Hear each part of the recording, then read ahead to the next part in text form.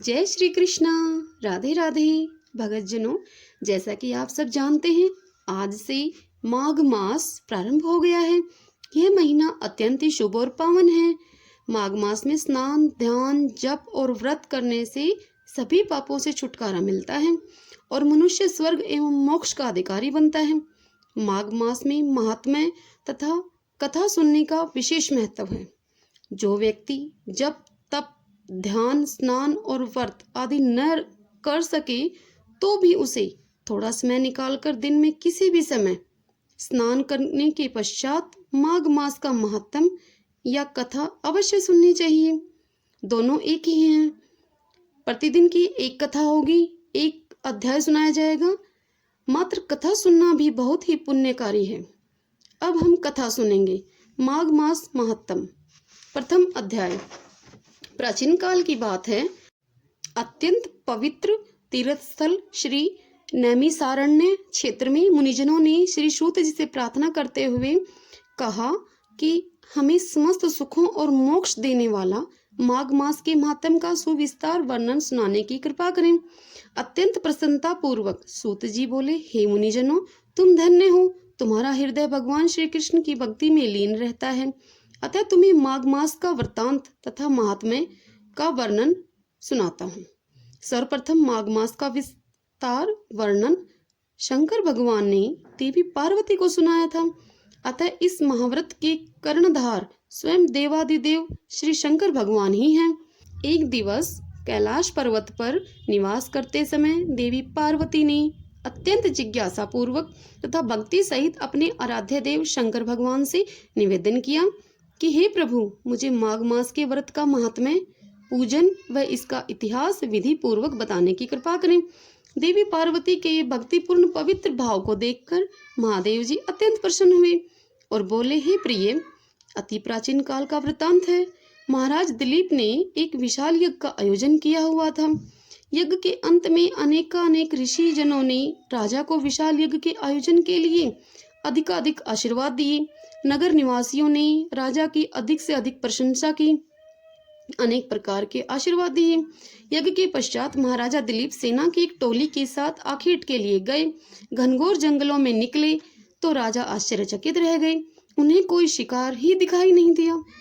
वस्तुतः राजा की टोली को देखकर जंगली जानवर प्राणों की रक्षा के लिए अपनी अपनी मांदों में छिप गए थे। शिकार करते वक्त राजा दिलीप को वन में कुछ मृग तो दिखाई दिए थे, परंतु उन्हें सिंह कहीं भी दिखाई नहीं दिया। राजा दिलीप सिंह शिकार के लिए अत्यंत उत्सुक थे। अचानक राजा दिलीप को दूर जंगलों के बीच एक अत्यंत सुंदर मृग दिखाई दिया। मृग को देखकर राजा आश्चर्यचकित रह गए। इतना विशाल और सुंदर मृग उन्होंने कभी अपने जीवन में पहले नहीं देखा था। महाराजा ने एकदम अपने अश्व की दिशा उस मृग की ओर कर दी। राजा का अश्व अति तीव्रता से मृग का पीछा करने लगा, परंतु राजा का अश्व जितना तीव्र तेज दौड़ता, मृग की गति और तेज हो जाती। महादेव जी बोले, हे पार्वती, वह साधारण मृग नहीं था, अपितु मायावी मृग था। मृग कभी कभी लंबी छलांगे भरता हुआ अदृश्य हो जाता, फिर अचानक दिखाई देने लगता। राजा व उनके अनुचर परेशान व हैरान थे।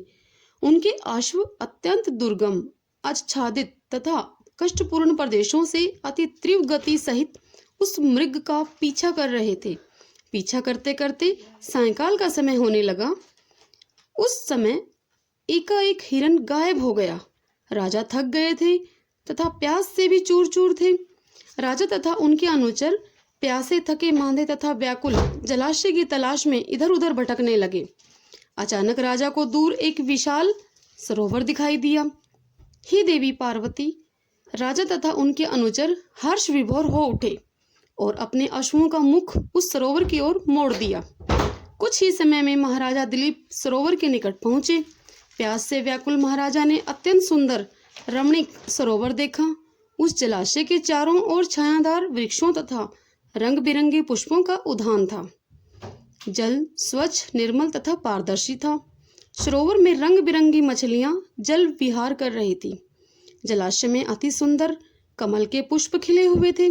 महाराज इस रमणीक स्थान को देख आत्म विभोर हो उठे। एक बार तो वह अपनी तमाम थकान भूल ही गए। राजा ने अपने अनुचरों को उस स्थान पर रात्रि विश्राम का आदेश दिया तथा प्यास बुझाकर जल में स्नान किया। उनकी थकान छूमंतर हो गई तथा हृदय प्रफुल्लित हो गया।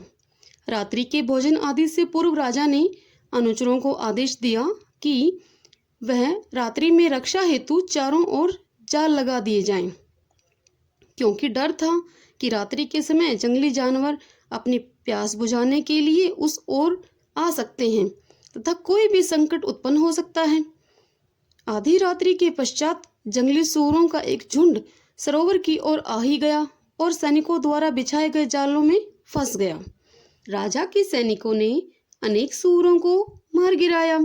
इस प्रकार राजा के शिकार की तृष्णा भी पूरी हो गई।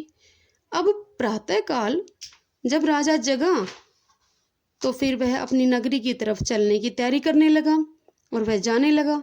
वापस चलने के कुछ समय पश्चात ही राजा को एक अत्यंत वृद्ध ऋषि दिखाई दिए। ऋषि का शरीर अत्यंत क्षीण, शंख चक्र से सुशोभित साधारण वस्त्र युक्त था। महाराज ने आशव से उतरकर ऋषि के चरण छुए तथा प्रणाम किया। हर्षित ऋषि ने राजन को पहचान कर उनको आशीर्वाद दिया और कहा, हे राजन, माघ मास की इस पुण्य बेला में तुम कहाँ से आ रहे हो? अब माघ मास का नाम व पुण्य बेला शब्द सुनकर राजा की जिज्ञासा बढ़ गई। अब राजा को माघ मास का महात्म जानने की तीव्र इच्छा जागृत हो गई। माघ मास महात्म प्रथम अध्याय समाप्तम। कलयुग केवल नाम आधारा। प्रेम से बोलो हरे कृष्णा कृष्णा कृष्णा हरे हरे, हरे राम राम राम हरे हरे। भगतजनों, हमारा प्रथम अध्याय माघ मास महात्म का यही समाप्त होता है। कल हम करेंगे दूसरा अध्याय। उसमें हम स्नान, ध्यान तथा दान महात्म के विषय में जानेंगे। तब तक नाम जाप करते रहिए। जय श्री कृष्णा। राधे राधे।